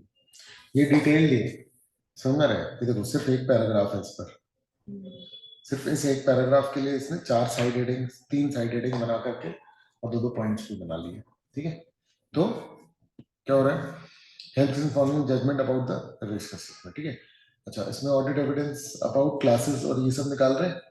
पहले ये पन्ने हो सकता है कि शुरू में अपन ने प्लान ना किया, ठीक है ना, ठीक है। इसको आगे जब अपन पढ़ेंगे ना तो इसमें डिटेलिंग होगी कि रिस्क से तय होता है कि मान लो कि मैंने सोचा था कि मैं 4 चीजें चेक करूंगा, रिस्क ज्यादा निकल गया तो मैं 6 करता हूँ, मैं तो उस बारे में कह रहा हूँ। और ऑपरेटिंग इफेक्टिवनेस ऑफ कंट्रोल, देखो कंट्रोल से ही रिस्क असेसमेंट होता है। बड़ी तो एंटिटी में बिना कंट्रोल के हो ही नहीं सकता, आप सब्सटैंटिव नहीं कर सकते पूरा। आप ये नहीं कर सकते कि 100% एविडेंसेस 100% ट्रांजैक्शंस आप उठा करके चेक कर लो। सैम्पलिंग भी आप बड़ी नहीं कर सकते बहुत, समझ रहे हैं। कई बार हजारों की तादाद में ट्रांजैक्शंस होते हैं, लाखों की तादाद में ट्रांजैक्शंस हो सकते हैं बड़ी एंटिटी में। How would you able to test each and every transaction on details, समझ रहे हैं। You have to rely on controls. तुम्हें किस पर रिलाई करना पड़ेगा बेटा, कंट्रोल्स पर। कंट्रोल्स में 3 चीजें चेक होती हैं वैसे, है ना, उसका डिजाइन और ऑपरेटिंग इफेक्टिवनेस की। सबसे मेन ये है कि कंट्रोल ढंग से काम कर रहा है कि नहीं, ठीक है ना। अच्छा, कंट्रोल ढंग से काम नहीं कर रहा तो क्या होगा, सिक्योरिटी गार्ड क्या है, एक स्टोर्स के बाहर सिक्योरिटी गार्ड क्या है, कंट्रोल। अगर वो ढंग से काम नहीं कर रहा तो चोरी बढ़ जाएगी, पॉइंट समझ में आ रहा है ना। चोरी बढ़ गई तो एग्जिस्टेंस जो फाइनेंशियल स्टेटमेंट में स्टेट होने वाले हैं उसका चांस बढ़ गया। पॉइंट ये कि कंट्रोल काम नहीं कर रहा तो मेरे मिस स्टेटमेंट के चांसेस बढ़ जाते हैं, आरएमएम बढ़ जाता है, मतलब आईआर बढ़ जाता है, कंट्रोल ढंग से काम नहीं कर रहा तो सीआर बढ़ गया। क्लियर है? चलो फिर assessing the effectiveness of control may choose from to perform substantive procedure test of control concurrently with risk assessment procedures for efficiency. ठीक है? क्लियर है ना? Efficiency considerations, simultaneous procedure, performing substantive procedure test of control concurrently with risk assessment procedure और efficient use of audit resource. इसमें एक चीज जो वो बोल रहा है वो पता क्या है कि रेगुलरली जब मैं जाता हूँ प्रैक्टिकली ऑडिट करने, बहुत अच्छी बात लिखी हुई है वैसे ये, क्योंकि क्या होता है कि बुकिश जब अपन करते हैं तो हर चीज बिल्कुल परफेक्टली पढ़ रहे होते हैं। प्रैक्टिकली क्या होता है कि दिन बहुत ही कम है, हम बैठ करके शुरू में प्लानिंग थोड़ी करते बैठे कि पूरी 2 दिन बैठ करके हम पूरा वही प्लान करते बैठे, समझ रहे? तो यहाँ पर क्या होता है कि हम क्या करते हैं, हम गए तो हम रिस्क असेसमेंट कर रहे हैं, साथ में चेकिंग चालू करा दी मैंने, यही बोल रहा है कि कॉन्करेंटली हमने बोला तुम कंट्रोल टेस्ट करो, तुम जाकर के सब्सटेंटिव करो, हम जनरल रिस्क असेसमेंट कर रहे हो। तो पॉइंट ये है कि हम इन जनरल मान गए कि यार ऑडिट तो एक्सेप्ट करने हैं, अरे सर तो हमने सब कुछ चालू करा दिया क्या साथ, फिर बढ़ा लेंगे ना सैंपल। मतलब पॉइंट ये है कि देखो एक मिनिमम चेकिंग तो करनी करनी, आप ये बोल रहे हो कि रिस्क असेसमेंट के बेसिस पे आप ऑडिट प्रोसीजर तय करोगे, लेकिन एक मिनिमम ऑडिट प्रोसीजर तो वैसे ही करना है ना हमको, तो मैं क्यों ना चालू करा दूं, नहीं तो फिर सब बैठे रहेंगे कि रिस्क असेसमेंट हायर सीनियर करेगा, समझ रहे? ऑडिट में सिर्फ सीनियर नहीं जाते, मतलब किस लेवल पर कंसिडरेशन अपन लोग कर रहे हैं, समझ गए? क्लियर है? अब आया मोस्ट इंपॉर्टेंट टॉपिक मेरे हिसाब से। अच्छा हाँ,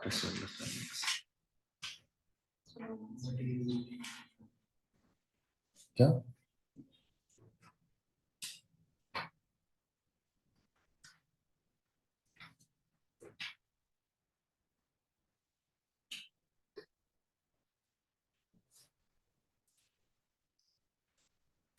तो Jojo limited is planning to list on Bombay stock exchange. आपको ये बात पता है, ये बात कितनी बड़ी? नहीं, लिस्ट होना किसी भी स्टॉक एक्सचेंज, समझ रहे? आप पब्लिक हो जाते हो, प्रमोटर अपना स्टेक छोड़ पाते हैं, मतलब जब समझ लो कि जैसे ही लिस्ट हुए ना तो कंपनी में उतना फर्क नहीं पड़ रहा है। पता है किसमें फर्क पड़ता है?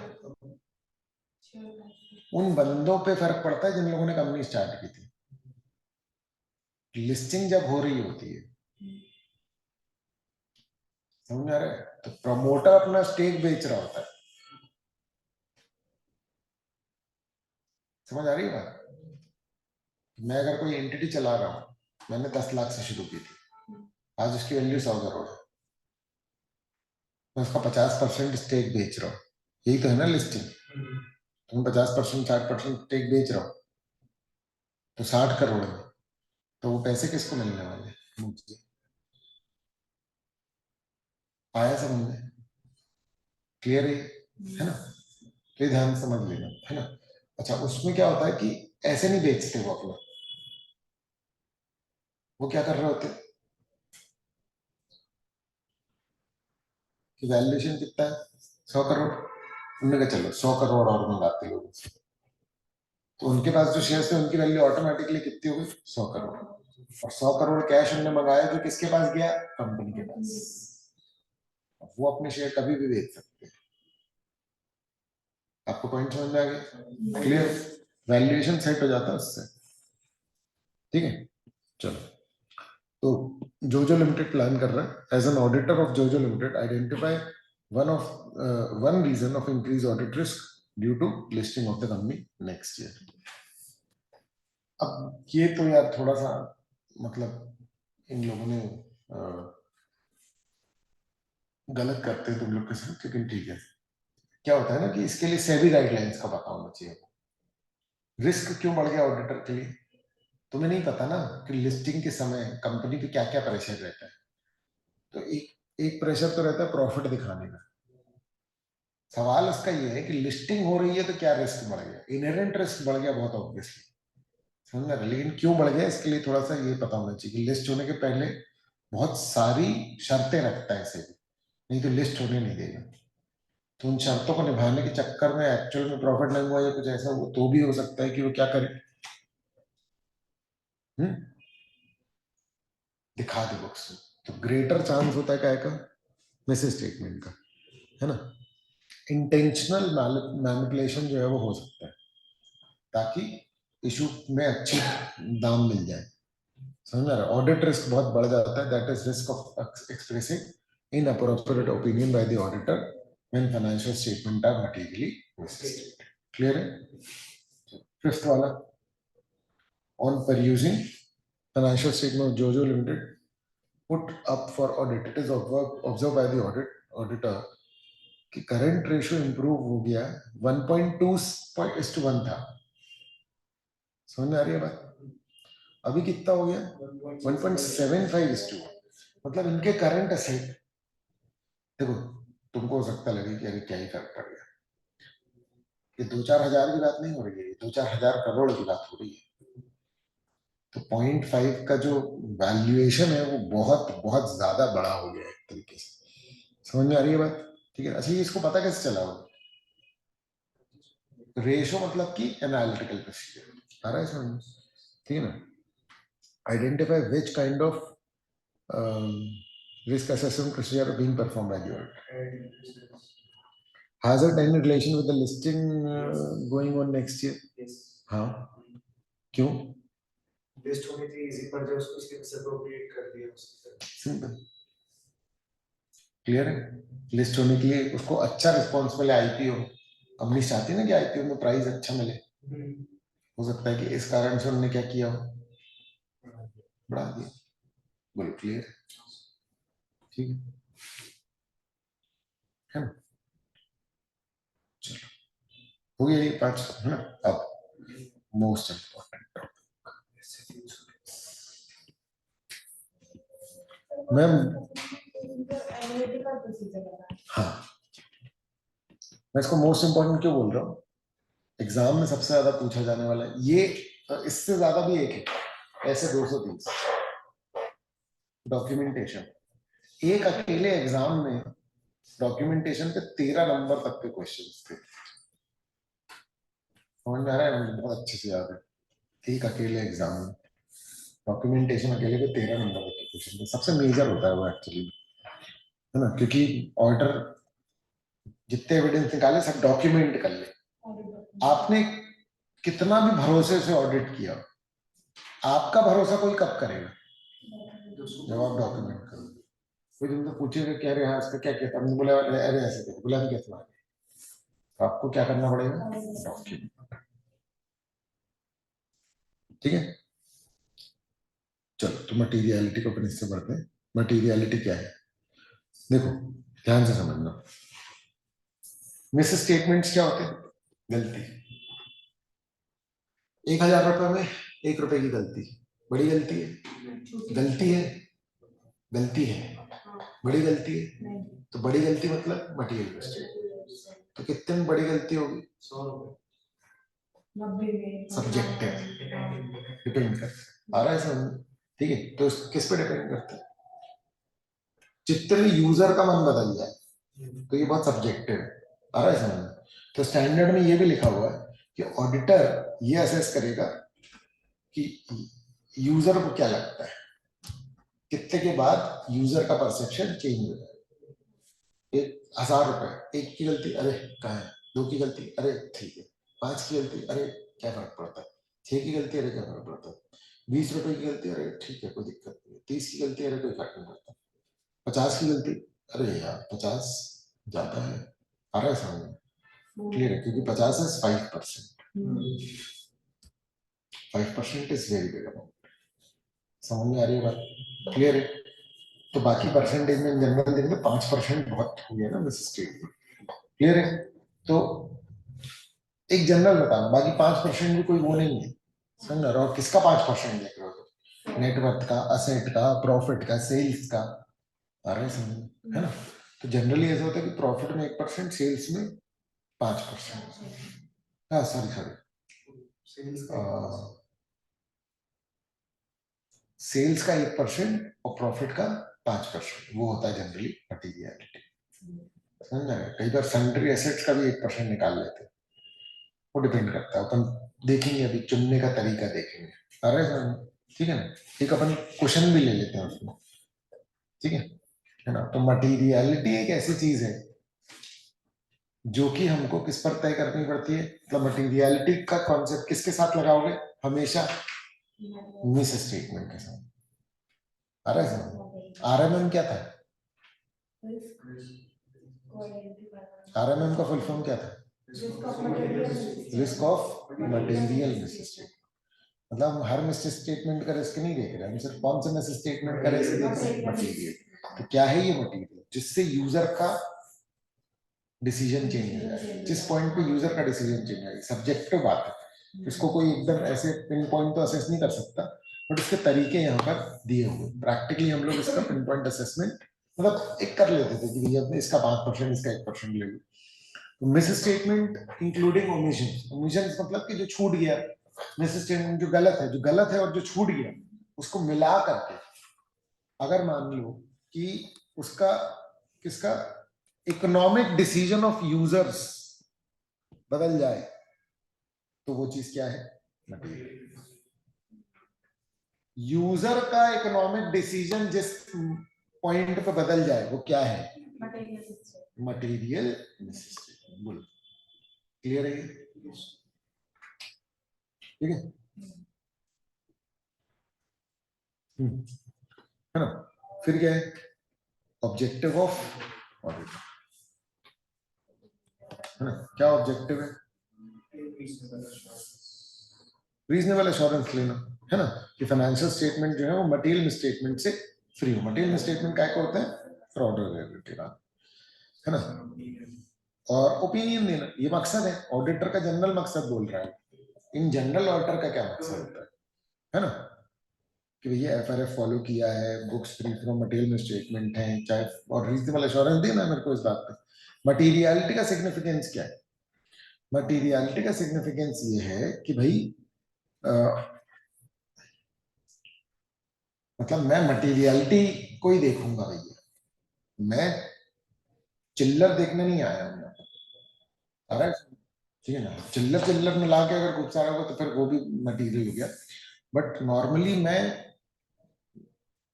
1000-10,000 के मिस स्टेटमेंट देखने को नहीं आया हूँ, बड़ी एंट्री का ऑडिट कर रहा हूँ। तो सबसे पहले आप क्या तय करो, identify significant risk of material misstatements crucial for the audit.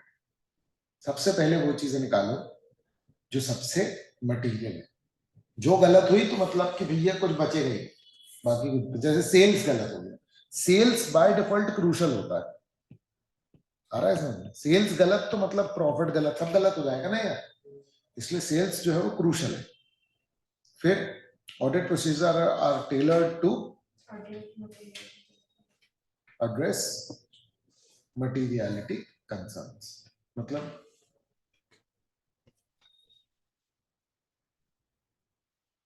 Auditor जो प्रोसीजर लगाता है उसको वो सेट करता है किस हिसाब से, मटीरियलिटी के हिसाब से। सारे समझ? ठीक है, मटीरियलिटी के हिसाब से क्यों? क्योंकि भैया मेरे को छोटी मोटी गलतियों से वैसे यूजर को फर्क नहीं पड़ेगा, मेरे को क्या फर्क पड़ रहा है। समझ में आ रही है बात? मैं आया हूँ कि भैया जो भी लेजर में अमाउंट ये क्लासिफिकेशन जो दिख रहा है वो इतने, उसमें गलती इतनी बड़ी ना हो कि यूजर को बहुत फर्क पड़ जाए। क्लियर है? ठीक है। अब materiality not solely based on size, सिर्फ अमाउंट से नहीं होता है। समझ में आ रही है बात? ठीक है ना, ये सिर्फ रिलेटिव साइज की बात नहीं है। Even a small amount loss due to fraud, मतलब अगर छोटा amount but fraud, reason fraud है तो वो चीज मटेरियल है। क्यों? क्योंकि फ्रॉड है तो छुपाया होगा, तो छोटी गलती के कारण भी मेरा क्या बढ़ जाएगा, मेरा दायरा बढ़ जाएगा। समझ में आ रही है बात? क्लियर है? छोटी गलती भी क्या है, इंपॉर्टेंट है अगर फ्रॉड के कारण। तो significant flaw in internal control requiring immediate action. ठीक है ना।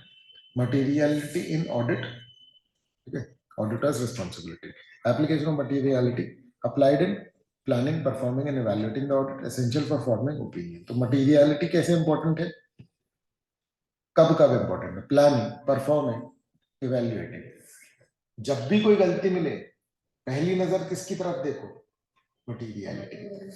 क्या भाई कितनी मटेरियल, अरे कोई काम, हर चीज को उससे नहीं कंपेयर करेंगे, टोटल मिला के भी तो हो सकती है ना, लेकिन एक अंदाजा लग जाता है मटेरियलिटी को लेकर। क्योंकि 36 लाख मटेरियलिटी तो 5,000 को देख करके मैं बोलूंगा कि अरे कर लो गलत, इसको नहीं आ रहा समझ। आरओ खरीदा है क्या और पीएनएल में उड़ा दिया, समझ आ रही है बात। अब पॉइंट ये है कि अगर सुधरवा सकते तो सुधरवा ही देंगे, बट मैं टाइम ही खराब करूंगा इसको। 15,000 की चीज 36 लाख की गलती में महसूस वो कर सकता हूँ, एब्जॉर्व कर सकता हूँ, नहीं आया समझ। अच्छा इसका ये मतलब भी नहीं कि 36 लाख की गलती कर ही दो, फिर मतलब होने ही दो, मिल गई छोटी मोटी तो सुधरवा दो, क्या है आ रहा है समझ। कॉन्सेप्ट इन एफआरएफ, ठीक है। तो अब देखो क्या बोल रहा है, discussion in framework. FRF discuss materiality in the context of financial statement preparation, ठीक है ना। क्या बोल रहा है कि एफआरएफ भी डिस्कस करता है, पॉइंट ये कि जैसे हम लोग शेड्यूल 3 निभाते हैं ना, तो शेड्यूल 3 में भी कुछ ऐसी बातें हैं जो कि वो बोल रहा है कि अरे छोटी मोटी चीजों का मत देखना, अरे तभी तो उसने पीएनएल में एक हेड दिया है, अदर एक्सपेंसेस मिसलेनियस, समझ आ रहा है। उसने बोला है ना कि अलग हेड कब बनाओगे किसी एक एक्सपेंस का, जब वो टोटल एक्सपेंस के मुकाबले 10% से या 1% से ज्यादा। पता है आपको ये वाली बात की नहीं पता है? नहीं पता है। शेड्यूल 3 में जो डिस्क्लोजर रिक्वायरमेंट है ना, वो ये है कि भाई आप किस किस एक्सपेंस को आप अदर एक्सपेंस पर डाल दो और किस एक्सपेंस को सेपरेटली दिखाओ, बताओ। उसका क्राइटेरिया उसमें डिफाइन कि टोटल एक्सपेंसेस का एक पर्टिकुलर परसेंटेज से ऊपर जा रहा है एक इंडिविजुअल खर्चा, तो उसका सेपरेट हेड बनना चाहिए, वो अदर एक्सपेंसेस में मिक्स नहीं हो। तो इसका मतलब क्या हुआ कि एफआरएफ ने भी क्या कर रखा है, मटेरियलिटी को लेकर के कुछ कुछ बता रखा है। Common characteristics, misstatements influencing economic decisions, judgements based on surrounding circumstances, size, nature और a combination, consideration of common financial information needs, not individual user variation, common characteristics, ठीक है। हम लोग क्या पढ़ रहे हैं, मटीरियलिटी के कॉन्सेप्ट का डिस्कशन किसमें, एफआरएफ में। तो पहले तो हमने बोला कि भैया इसका डिस्कशन है एफआरएफ में। दूसरा इसके कॉमन कैरेक्टरिस्टिक्स, ठीक है ना। किसको बोलते हैं मटीरियल, जो मिस स्टेटमेंट इकोनॉमिक डिसीजन को इन्फ्लुएंस करते हैं, किसको बोलते हैं, है ना। Judgement based on surrounding circumstances, size, nature and और अ कॉम्बिनेशन। मतलब इंडिविजुअल है, छोटा है छोड़ सकते हैं, छोटा है लेकिन उसका नेचर गड़बड़ है, नेचर फ्रॉड है, तो वो मटेरियल हो गया। तीसरा छोटा है अमाउंट लेकिन कॉम्बिनेशन में है किसी के साथ, तो मटेरियल हो गए, फिर मैं उसको देखूंगा, नहीं आया समझ में, ठीक है ना। क्या क्या ध्यान रखना हूं मैं मटेरियलिटी के लिए, सिर्फ वॉल्यूम इंपॉर्टेंट नहीं है, क्लियर है ना। Consideration of common financial information needs, consideration of common financial information needs का मतलब ये है कि भाई देखो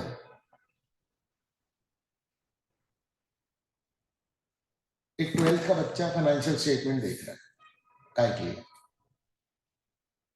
प्रोजेक्ट बनाने के लिए, समझ में आ रही है बात? अरे 12वीं के बच्चे प्रोजेक्ट बनाते हैं ना, उनको यही तो मिलते हैं ना कि कंपनीज के वो बना लो। मेरी पूरी बात सुनो, 12वीं का बच्चा फाइनेंशियल स्टेटमेंट का यही यूज कर रहा है। एक बैंक जब फाइनेंशियल्स को देख रहा है तो क्या देख रहा है, लोन देने के लिए क्या देख रहा है, तो फाइनेंशियल स्टेटमेंट में कौन सा आइटम देखेगा, करंट रेशो, सेल्स, इन्वेंट्री, वो क्या गिरवी रख सकता है, पॉइंट समझना। एक इन्वेस्टर देख रहा है तो किन चीजों को देख रहा है, सेल्स क्या है, प्रॉफिट क्या है, समझ लो। इसका मतलब ये है कि अलग अलग यूजर्स की नीड्स भी क्या हो सकती है, अलग अलग हो सकती है, समझ रहे। तुम फाइनेंशियल स्टेटमेंट के ऐसे आइटम में कोई गलती, मतलब पॉइंट ये कि तुम अलग अलग लेजर को लेकर के भी मटेरियलिटी अलग अलग निकाल सकते हो। तो मटेरियलिटी एक निकलती है ओवरऑल फाइनेंशियल स्टेटमेंट लेवल पर, समझ आ रही है बात? असर्शन पे किस बेसिस पे तय होगा? कॉमन फाइनेंशियल इंफॉर्मेशन नीड्स के बेसिस पे। क्लियर है ना? किसी इंडिविजुअल के बेसिस पे नहीं, ब्रॉडली लोग किस लिए यूज करते हैं, इसलिए। ठीक है, फिर मटीरियलिटी इन ऑडिट प्लानिंग। प्लानिंग के समय मटीरियलिटी का यूज है। क्यों? उसी से तो रिस्क असेसमेंट करेंगे। क्यों? रिस्क रिस्क ऑफ मटेरियल, तो मतलब मटेरियलिटी कब पता लग गई? उसी समय ना। पहले तुम्हें मटेरियल पता होना चाहिए, तब तो तुम रिस्क ऑफ मटेरियल स्टेटमेंट देखो। आया समझ में? रिलेट कर पा रहे हैं आप लोग? क्लियर है? ठीक है ना? मैं जल्दी जल्दी चल रहा हूँ थोड़ा, लेकिन थोड़ा टेक्निकल है, तो मैं आपसे आशा करता हूँ कि थोड़ी फोकस ज्यादा लगेगा। दिमाग थक जाएगा तुम्हारा, लेकिन अंडरस्टैंडिंग का लेवल एकदम छप्पर फाड़ के निकल जाएगा। क्लियर है ना? ठीक है। ऐसे तुम लोग कभी नहीं पढ़ पाओगे ऑडिट, जैसे मैं बता रहा हूँ। अरे समझ, ठीक है ना? ये जादू सिर्फ मेरे पास है। क्लियर? ठीक है। मतलब अब मैं ये बात इसलिए बोल सकता हूँ कि तुम लोग कब पढ़े हुए हो किसी ना किसी। ठीक है ना? ठीक है, नहीं तो फिर क्या है कि जो पहली बार पढ़ रहा था उसको तो मैं क्या ही बोल दूँ, उसको तो नहीं पता ना कंपैरिजन, तुम लोग तो जानते हो ना। ठीक है, हाँ सही बात है। चलो, materiality planning does not set the fix threshold for evaluating uncorrected misstatement. ठीक है, देखो प्लानिंग के समय क्यों मटीरियलिटी इंपॉर्टेंट है? एक तो रिस्क असेसमेंट प्रोसीजर ही गाइड होते हैं किससे? मटीरियलिटी से। आइडेंटिफिकेशन ऑफ रिस्क, रिस्क मैं मान ही उन चीजों कर रहा हूं जो एक पर्टिकुलर लेवल से ऊपर क्या कर दे, गड़बड़ कर दे। मेरे को अगर मटीरियलिटी नहीं पता, समझ में रहे, तो मैं हो सकता है कि बहुत छोटा सा बंदा जो मान लो पेटी कैश के लिए पैसे लेकर के जा रहा है, मैं वहां भी मिस स्टेटमेंट दिखने लग जाएगा। मैं बोलूंगा रिस्क तो यहाँ भी है ना, कि वो कितने पैसे लेकर गया लेकिन एक्चुअल में कितने खर्च हुए। समझ में आ रहा है? तो मैं तो रिस्क असेसमेंट के समय से क्या नोटिस कर रहा हूँ? मटीरियलिटी। समझ में आ रहा है? तो फर्दर ऑडिट प्रोसीजर किस हिसाब से प्लान होगा? मटीरियलिटी के हिसाब से पूरा, मतलब सब कुछ किसके हिसाब से होना है? मटीरियलिटी। ये एक ऐसा वैल्यू भी निकाल लेते हैं हम लोग तो प्रैक्टिकली, ये एक ऐसी चीज है जो थ्रू आउट दी ऑडिट हम कंसिडर करते चलेंगे। तो ये कह रहा है कि मटीरियलिटी प्लानिंग में कोई थ्रेशोल्ड नहीं देता फॉर इवैल्यूएटिंग अनकरेक्टेड मिसस्टेटमेंट। अभी पढ़ेंगे अपन लोग, एक स्टैंडर्ड है कि अनकरेक्टेड मिसस्टेटमेंट्स को भी कितना छोड़ सकते हैं। समझ में आ रही है बात? एक स्टैंडर्ड ऑन ऑडिट है इसका, ठीक है? तो उसमें अपन लोग इसको करेंगे consider. Evaluation of uncorrected misload दिया ही हुआ है थोड़ा सा। कंसिडरेशन बियॉन्ड साइज, ठीक है ना? Auditor consider not only size but also the nature and circumstances of uncorrected mistakes. छोटे छोटे अनकरेक्टेड रह जाते हैं तो उसको तो छोड़ ही देते हैं, है ना? लेकिन उसमें साइज, नेचर, वो सब अपन कंसिडर कर लेंगे। प्रोफेशनल जजमेंट सबसे क्रूशल है मटीरियलिटी। सारा समझ, क्योंकि जजमेंट ही तो है ना जिसके लिए हम ये काम कर रहे हैं। यूजर का जजमेंट, इन्वेस्टर का जजमेंट, गवर्नमेंट का, बैंकर्स का। क्लियर है? यहाँ तक को एक बार देख लो, यहाँ तक का, यहाँ तक का एक बार देख लो आज जो पढ़ा अपन लोगों ने। फिर और भी करना है थोड़ा सा, लेकिन पहले रिवीजन करना है इम्पोर्टेंट। एक बार देख लो।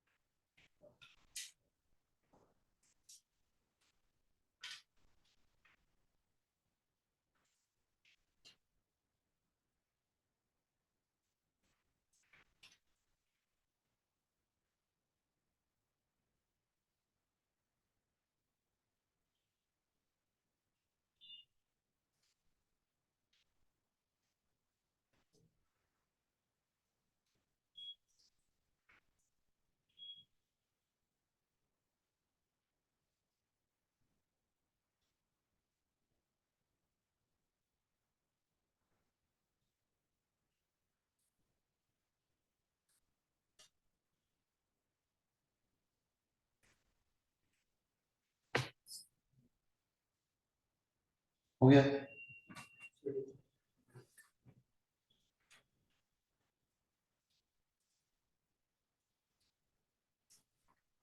इतनी सब्जेक्टिव सब्जेक्टिव बातें हैं ना कि लोग, पता है, आंसर लिखने तो बहुत दूर की बात है, क्वेश्चन ही गलत इंटरप्रेट कर जाते हैं। ऑडिट में क्या होता है, नंबर क्यों नहीं आते? क्योंकि लोग अभी चेक भी नहीं कर पाते। समझ में आ रहा है?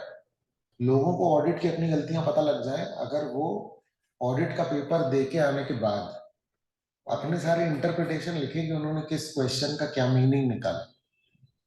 क्योंकि इंस्टीट्यूट सजेस्टेड आंसर पोस्ट करता 3 महीने के 4 महीने के बाद, तो इसलिए कभी जजमेंट नहीं हो पाता, क्योंकि तुमने क्या मीनिंग निकाला क्या पता। 3 महीने बाद दोबारा जब पढ़ोगे तो फिर मीनिंग हो सकता है सही निकाल लो, क्या पता यार। तुम ये भी बोलोगे कि भैया 2 महीने हो गए। पेपर करके आओ, उसके बाद अपना इंटरप्रिटेशन लिखो। जब सजेस्टेड आंसर आएंगे ना तब तक वो ऑटोमेटिकली, मतलब उससे पहले तो रिजल्ट आ चुका होता है, लेकिन जब सजेस्टेड आंसर आएंगे तब तुमको समझ में आएगा कि यार गलती कैसे कर रहे हैं। समझ में आ रहा है मैं क्या बोल रहा हूँ? कि हाँ यार नहीं मिल रहे थे। मैंने एक बच्चे के, मतलब मेरे से ना करीब 90 अलग अलग बच्चे ऑडिट के पेपर मंगा मंगा करके मेरे साथ चेक कर चुके हैं। मतलब वो अपने पेपर मंगाते हैं और उसके बाद फिर, मतलब मार्क्स कम आए तो फिर वो बोल रहे कि अरे भैया मार्क्स नहीं देते, ये है वो है। समझ रहे? हमने कहा पेपर मंगा। समझ रहे? पेपर मंगाने के बाद भी यही है। तो मैंने कहा चलो लेकर के आओ। आकर के डिस्कस कर रहे हैं। 90 में से कम 80 लोग उसके बाद यही मान करके गए कि हमको ज्यादा ही मिले। समझ आ रहा है? सिर्फ कुछ केसेस में ऐसा होता है कि हाँ भाई चलो 20 मिले हैं, थोड़े से ज्यादा काट लिए।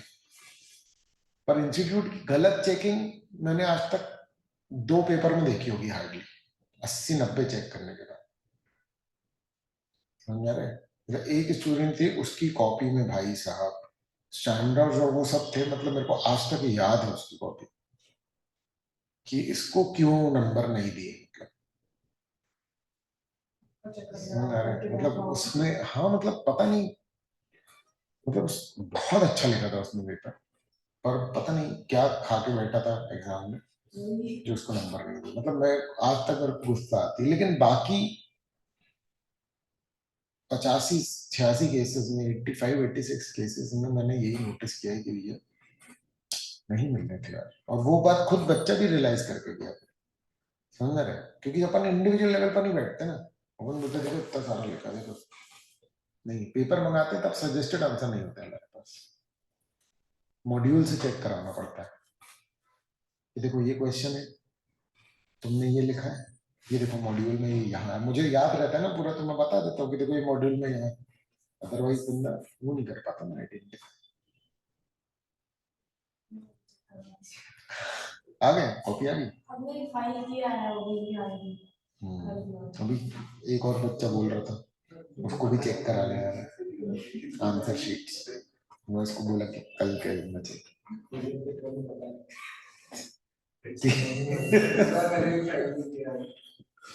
हाँ मतलब देखो क्या है ना, अगर आपको लग रहा है कि हाँ आपको नंबर आपके हिसाब से मिले जितना आपने असेस किया था, तो आप मत मंगाओ कॉपी।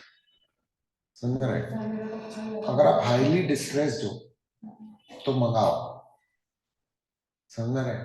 ज्यादा चांसेस यही है कि आपका पर्सपेक्टिव ठीक होगा, कि आप जिस तरीके से पेपर को देख रहे थे वो गलत तरीका था। समझ में आ रहा है?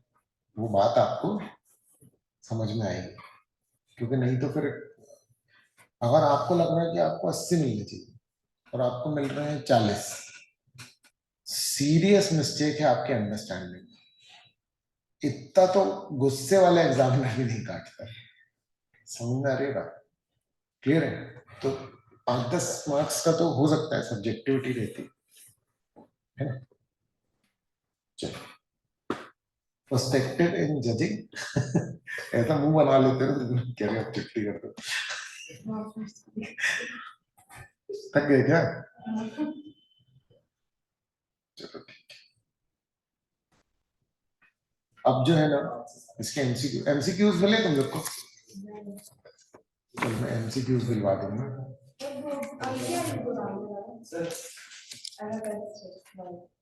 अरे चिंता मत करो, मेरे पास बहुत है। तुझे 5 से 7 करवा 2 घंटे नहीं ये तो 5.5 लगती है, इसको 5। हाँ 4:55 में वहाँ पे छुट्टी है। 15 दिन में जाऊंगी, आ ही जाती हूँ, 5-15 दिन में आ ही जाती हूँ, मुश्किल नहीं लगती है। सही रहेगा अगर मेरा कंटिन्यू रहा तो वहाँ से डालूंगा। अच्छा है ना तुम्हारे लिए हाँ तो? वही। डन है। 5 रखते हैं, 5-5-5-10 तक स्टार्ट कर हाँ लिया 5-10 5 है ना?